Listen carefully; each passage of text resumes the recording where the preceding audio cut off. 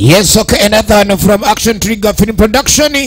Katusoka tulengere kalankano katono nyo ate tubenga tulaba kyekiddirira Apple Media DJs.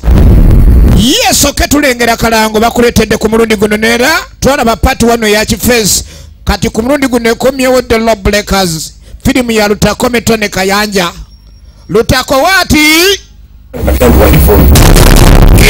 sawa ya kumenya mateeka kumenja geyo sagala kuwadde kerende libula kumbe je kumibwa mu ghetto walo banyiniyo ghetto teba na street enkubo za ghetto yine komyewo KIFEESI part 2 movie tujiri de banga deni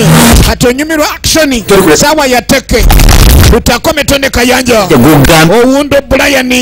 tulengera kubazanyi babarulango Generali Chikankane Sasongweso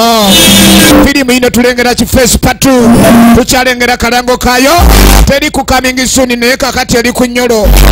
abazanyi babakuzanyide filimu eziwera ngamba abazizubeda mwanje Steven notolina gisubwa mu kibuga wakati wewali endigito omubbi mu kibuga wakati wabira lete gadi va ku gadi bachange gadi chabateke nani stopi KIFEESI part 2 ya Lutako Metone eno na yeri matundiro ga filimu mu gwanga tugendejera ku National Theatre na kuzomezi nga 5 September 2012.